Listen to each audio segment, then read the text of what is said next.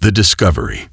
The vast emptiness of space stretched endlessly before Captain Ethan Hayes as he piloted his cargo ship, the Nightingale, through the desolate expanse of the asteroid belt. His vessel was an aging model, a workhorse of the deep space trade routes. The hum of the ship's systems and the soft glow of the cockpit's blue lights cast an eerie calm over the otherwise silent, dark void outside. Ethan's hand rested on the control panel, his gaze fixed on the flickering screens before him. This was just another routine haul, another cargo shipment from one forgotten colony to another.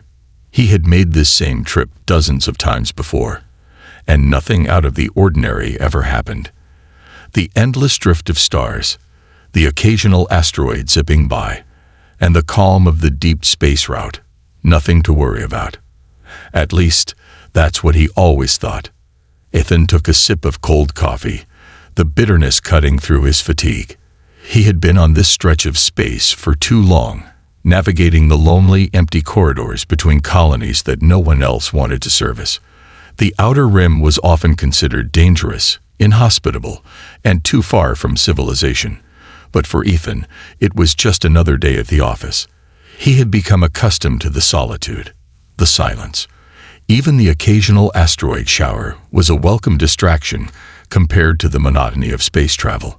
His mind wandered for a moment, thinking of home, the quiet life he used to lead before he became a cargo captain. The life that now seemed so distant, so unreachable. The stars outside felt so close, yet at the same time, impossibly far. Suddenly, a beep from the ship's sensors broke his reverie, pulling his focus back to the present. Ethan squinted at the monitor as a small but persistent signal appeared on his scanner. It wasn't much, just a faint pulse, almost like static, but it was unmistakable. His first thought was that it was just another piece of space debris, floating in the massive asteroid belt. But something about the signal made him pause. This wasn't normal. He adjusted the controls, bringing the ship's scanners into a more focused sweep. The signal grew clearer, and as the ship's systems processed the information, a sense of urgency bubbled up in his chest. The scanner showed an artificial energy signature, a ship, a vessel somewhere ahead, hidden among the asteroids. Ethan's pulse quickened. What was it doing here? He double-checked the system, recalibrating the sensors. It was too far out of the usual shipping lanes for any known human ships to be in this area. No, this wasn't just any cargo ship. This was something else. Something unfamiliar. As the readings came through, Ethan's eyes widened in disbelief. There was a life sign aboard the ship. 2 of them, faint but present. He double-checked the data. The life signs were weak, deteriorating by the minute. His hand hovered over the control panel, unsure of what to do. Company protocol flashed in his mind. Log the coordinates, report the anomaly, and move on. It was simple, safe, and secure. But something felt wrong. He couldn't shake the feeling that this wasn't just some abandoned freighter. This was something more. Ethan had spent too many years out here, and the routine of it all had turned him into a skeptic. He had seen his fair share of derelict ships, the remains of piracy, or abandoned vessels left to drift in the void. But this was different. The faint pulse of life, the strange signal, it called to him. It wasn't just his curiosity. It was something deeper, something that gnawed at him. He couldn't just leave them to die out here. His fingers hovered over the navigation controls for a moment, and then, with a decisive motion, he changed course. His ship veered slightly, bringing it closer to the mysterious vessel. The asteroid belt surrounded them like a maze, but Ethan guided the Nightingale with practiced precision. He wasn't an explorer, not in the traditional sense, but he knew how to handle himself in situations like this. Computer, analyze the signal. Report all findings, Ethan said, his voice steady despite the rush of adrenaline in his veins. The computer responded quickly, its mechanical voice filling the cabin. Energy signature confirmed. Origin unknown. Unknown vessel class. Life signs detected. 2 life forms aboard. Vital signs critical. Ethan's jaw tightened. The life signs were fading fast, and the alien ship's power reserves were almost completely depleted. His gut told him that if he didn't act now, they would be gone before he even got close. Do a detailed scan of the hull. I want to know exactly what we're dealing with, he ordered, his mind racing. The Nightingale's sensors began to scan the hull of the drifting vessel. It was unlike anything he had seen before, sleek, organic in design, with smooth curves that seemed to flow like water. The hull was scared, burned in places, and hastily repaired. It looked like it had been through hell. The markings on the surface were alien, no recognizable patterns from any known species. Visuals, Ethan said, leaning forward. The ship's forward cameras came online, revealing the full scale of the derelict. The vessel was beautiful, in a haunting way. The curves of the design seemed to shimmer as if the ship was alive, its surface responding to the light in an almost sentient way. But the damage was evident. It was a miracle it was still floating in space at all. As he closed in on the ship, Ethan's fingers danced over the controls, bringing the Nightingale to a gentle stop. He could feel the weight of the decision he was about to make. He could easily just report it and move on, following protocol. But that wasn't him. He couldn't leave them out here. He donned his EVA suit, securing the seals carefully. Computer, maintain position, and be ready for emergency departure if necessary. His voice was calm, but the tension in his chest was palpable. The ship was a ghost ship, an alien relic abandoned in space, with 2 life signs on the brink of death. The airlock cycled, and with a soft hiss, the hatch opened. Ethan pushed off into space, his magnetic boots engaging as he gently landed on the hull of the mysterious ship. The strange markings that adorned the surface of the ship became clearer as his helmet lights illuminated them. The patterns were intricate, almost alive in their design. It was unlike any technology Ethan had ever seen. No wires, no obvious machinery. It looked organic. "Where did you come from?" Ethan muttered, his voice barely audible over the quiet hum of his suit. He moved carefully, scanning the surface for any signs of an entry point. It didn't take long for him to find it. The main airlock was wide open, abandoned without a trace. With a mixture of unease and determination, Ethan stepped inside. The ship was eerily quiet. The emergency lighting barely flickered in the distance, casting long, wavering shadows that seemed to stretch across the dark corridors. The air was thin, but breathable. His scanner showed signs of life, though weak and fading by the second.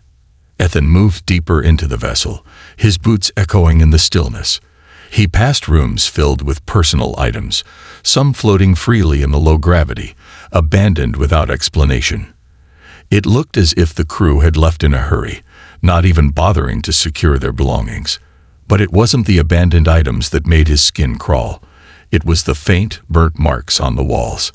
Energy weapon scorch marks. A fight had taken place here. As he continued forward, his heart pounded in his chest. This wasn't a simple salvage operation. There was more to this ship than met the eye. And then he found them. In the engine room, tucked away in the corner, was a makeshift cryo-pod, the last hope for 2 lives hanging in the balance. Ethan's breath caught as he approached. Through the frosted glass, he could make out 2 figures inside, curled together in an embrace, a mother and child. Their skin, once luminous like the stars, was now dim, their bodies growing cold. Time was running out. With one final glance at the pod's power readout, almost depleted, Ethan made his decision. "Hang on," he whispered to the silent, dying figures. "I'm getting you out of here." The Nightingale drifted silently in space, a lone sentinel against the inky blackness. Ethan's heart was racing, but his mind remained focused. There was no room for hesitation. The figures inside the alien cryo-pod were rapidly losing their fight for survival, and he could feel the weight of responsibility bearing down on him. As a seasoned cargo pilot, he had faced many life-or-death situations, but this one was different. These weren't pirates or rogue traders. These were beings from a completely unknown part of the universe. He had no idea who they were, what they wanted, or what dangers might await him by helping them. But one thing was clear: they were not going to make it if he didn't act. Ethan moved quickly, his boots magnetizing to the ship's hull with an audible snap. The cryo-pod surface was frost-covered, and the faint light from the ship's emergency lighting cast a dim glow over the figures inside. The pod's power was rapidly depleting, and the weak life signs on his scanner told him just how close they were to death. His fingers trembled slightly as he ran a diagnostic on his tablet. The data that streamed across the screen wasn't encouraging. The pod's temperature controls were malfunctioning, and the life support systems were in their final stages. The scan revealed that the alien figures inside had been in cryogenic sleep, perhaps for a very long time. But cryo-sleep was meant to preserve life, not destroy it. Their bodies were frozen in a state of suspended animation, their metabolism slowing to a crawl. Yet something had gone terribly wrong. The pod systems were failing, and now their only chance of survival lay with Ethan. He ran a hand through his graying hair, his mind working quickly to come up with a solution. "I need to stabilize them," he muttered, though there was no one to hear him. He knew that if he didn't find a way to get them out of this pod and back to the Nightingale, they would be lost. But how? The pod's remaining power was already linked to the ship's core. He could try to manually override the system, but it was risky. One wrong move could destroy the entire pod and seal their fate forever. Ethan looked down at the figures inside, his gaze softening as he studied their alien features. The larger of the two, likely the mother, was a striking figure. Her skin, though faded and dull now, had once shimmered like the stars themselves, with intricate, glowing patterns that seemed to pulse softly. She was curled protectively around the smaller form of the child, a girl who appeared to be no older than 5 or 6. The child's face was pale, her eyes closed, but even in her fragile state, she held a sense of innocence. It struck Ethan that, despite their otherworldly appearance, these beings shared something fundamental with humans: a bond, a connection between mother and child. Ethan didn't know what these aliens were. He didn't know if they were friendly or hostile, if they were part of a larger civilization, or if they had encountered humanity before. All he knew was that they were in trouble, and he had the power to help them. It wasn't about understanding their culture or their intentions. It was about doing what he had always done when he saw someone in need: helping. A soft beep from his scanner broke his thoughts. The life signs were fading even faster now, and the child's pulse was dangerously low. Ethan didn't have time to waste. "Okay, let's do this," he said aloud, forcing his voice to steady as he prepared to act. He pulled his repair kit from his belt and opened the small case. It contained basic tools that every cargo captain carried: a few spare parts, a power converter, and an array of diagnostic tools. He was no expert in alien technology, but he knew how to make do. If he could stabilize the pod for long enough, maybe he could transfer them to the Nightingale, where he had better medical equipment. The first task was to manually reroute the power from the Nightingale into the pod's failing systems. He connected a set of cables, carefully ensuring the connections were secure. The ship's power flowed into the alien pod, and Ethan's heart skipped a beat when he saw the pod's light flicker more brightly. The life support systems seemed to kick in, just enough to stabilize the fragile beings inside for a few more minutes. But it wasn't enough. Not by far. Ethan's mind raced as he worked. If he could get the alien mother and child to his ship, he could give them proper medical attention. But the distance was far. He'd have to leave them in the pod for the entire journey, and there was no telling if the pod's integrity would hold up long enough to make it back to the Nightingale. It wasn't ideal, but it was the only option he had. "Computer, initiate emergency docking procedure," he said, and the ship responded with a soft peep. His fingers moved quickly, adjusting the ship's course to bring it closer to the derelict vessel. "Stabilizing course," the computer confirmed. Ethan watched the coordinates shift on his display. The Nightingale was positioned just far enough to assist without risking an accidental collision with the alien ship. He adjusted the ship's thrusters to maintain a steady position, and for a moment, everything felt eerily calm. The faint hum of the Nightingale's engines was the only sound as he focused on the task at hand. His eyes drifted back to the cryo-pod. The mother and child were still unconscious, their vitals barely hanging on. Ethan swallowed hard, pushing the thought of failure out of his mind. This wasn't the time for doubt. He had to make it work. He reached over to the comms panel, activating the ship's internal systems. "Computer, prepare for emergency medical procedure. Activate cryo-sleep stabilizers, and prepare medbay." The ship responded instantly, whirring to life as the medical bay was readied for the incoming passengers. Ethan had a fleeting thought of how strange it was to be preparing his ship for alien life forms. It felt like something out of a science fiction novel, something he might have read when he was younger. Now, here he was, staring down an alien mother and child who needed him. After a few more tense moments, the final systems were in place. The alien pod was secured and ready for transport.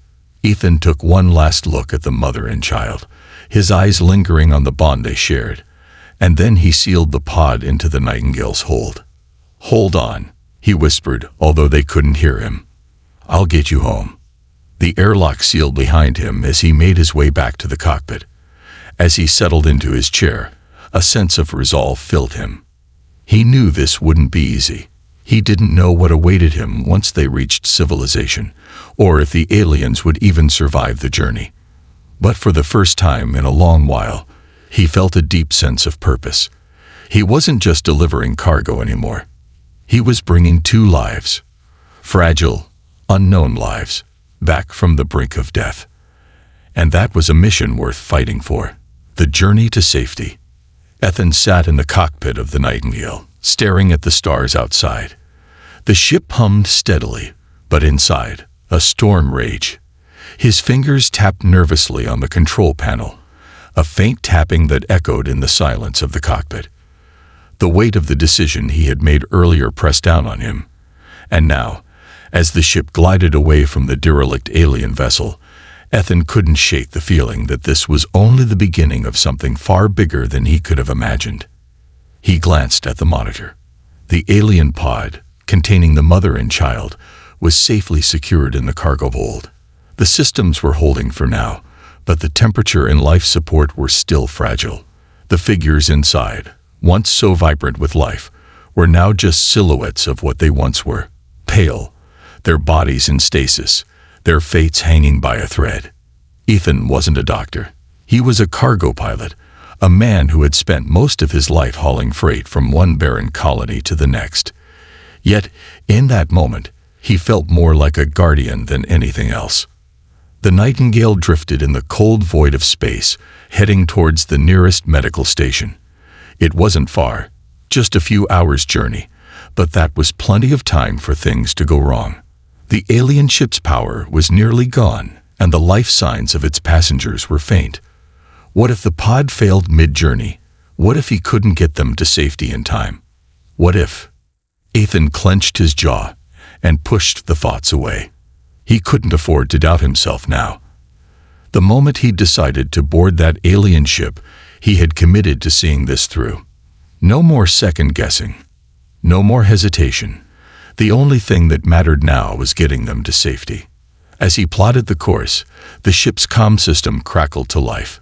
Ethan's heart skipped a beat, and his hand instinctively reached for the communication panel. Was it a distress signal? A new threat? No, it was just the automated system. His mission logs were syncing with the central database. But as he watched the data transfer, he couldn't help but feel like an observer of a story that wasn't his own. He was just a cargo pilot after all, a small player in a much larger universe. Shaking his head, Ethan forced himself to focus. The situation at hand was serious, and he couldn't afford to let his mind wander. He double-checked the life support systems for the pod in the hold, ensuring everything was still stable. His scanner showed that the temperature had dropped slightly, but the cryo-pod was holding steady for now. The mother and child still showed signs of life, though they were weakening, just barely clinging to survival. Minutes stretched into what felt like hours as the ship moved through the endless dark of space. The stillness outside the cockpit was almost suffocating, but Ethan could barely notice it. His mind was occupied with the constant hum of the ship and the faint life signs coming from the pod. He couldn't help but wonder what their story was. Who were these beings? Where had they come from? What had happened to their ship, and why were they alone, stranded in the vastness of space? As the ship drew closer to the medical station, Ethan's thoughts turned to the future. What would happen after he delivered them to safety? Would the authorities even allow him to help these aliens? Would they treat them as a threat? Would they be studied as specimens, or worse, dissected in the name of science? These were questions Ethan didn't have the answers to. All he knew was that they needed help he could provide. He had already crossed a line by deciding to rescue them, but now there was no turning back. Suddenly, a soft alarm beeped and Ethan's heart raced. His gaze shot to the control panel, where an indicator light was flashing red. The life support system for the cryo-pod was starting to falter. The power from the Nightingale was beginning to dip, and the pod was drawing too much energy. Not now, Ethan muttered under his breath as he scrambled to adjust the ship's power settings. Sweat began to form on his brow as he worked to stabilize the system. The alien pod's life support was far more delicate than anything he had ever encountered. Its technology was foreign, advanced, and clearly not designed for human use. He had no manuals to follow, just his instincts and his knowledge of spacefaring tech. Come on, he whispered, his fingers flying over the controls. Every second counted. The readouts on his monitor were flashing red. Life support was failing. He adjusted the power, rerouted the energy flow, but it wasn't enough. The temperature continued to plummet inside the pod, and the life signs were flickering, dangerously unstable. Come on. Ethan gritted his teeth. He couldn't lose them now, not after everything. His eyes darted to the medical bay's readout. He needed to stabilize them before it was too late. There had to be a way. His mind worked in overdrive as he reached for a bypass tool from his toolkit. If he could temporarily bypass the pod's failing systems and power it directly from the Nightingale, maybe, just maybe, he could buy them enough time to get to the station. With a final, desperate adjustment, the pod's systems hummed, and the power surged back in. The temperature inside the pod stabilized, and the life signs became steady once again, just for now. Ethan let out a breath he didn't realize he'd been holding. The pressure in his chest eased slightly, though he knew he wasn't out of the woods yet. Thank God, Ethan muttered, sinking back into his seat. The Nightingale was only a few hours away from the station now, but every minute felt like an eternity. He couldn't help but feel like the universe was testing him, questioning whether he was capable of this mission. It had to be done. There was no other choice. Ethan had already committed to the path he'd set for himself. With the immediate danger averted, Ethan took a moment to calm himself. He adjusted the ship's course once again, ensuring they would reach the medical station in one piece. As the stars twinkled outside the cockpit, Ethan allowed himself a brief moment of reflection. This was his chance to make a difference, not just as a cargo pilot, but as someone who had answered a call for help. Someone who had risked it all for two beings whose lives were so different from his own, yet still so fragile. And in that fragility, in that shared vulnerability, Ethan found a connection that transcended species, one that spoke to the deepest part of him. It was a reminder that in the vast, uncaring universe, every act of kindness mattered. The Nightingale cut through the dark, its engines purring steadily as they neared the medical station. The journey was far from over, and Ethan knew that whatever awaited him at the station would be anything but predictable. But he was ready. The unknown was no longer something to fear. It was an invitation, a challenge to his courage, his humanity, and his resolve. He glanced at the display once more, watching as the medical station came into view. The long journey was nearing its end, but the story of the alien mother and child was just beginning.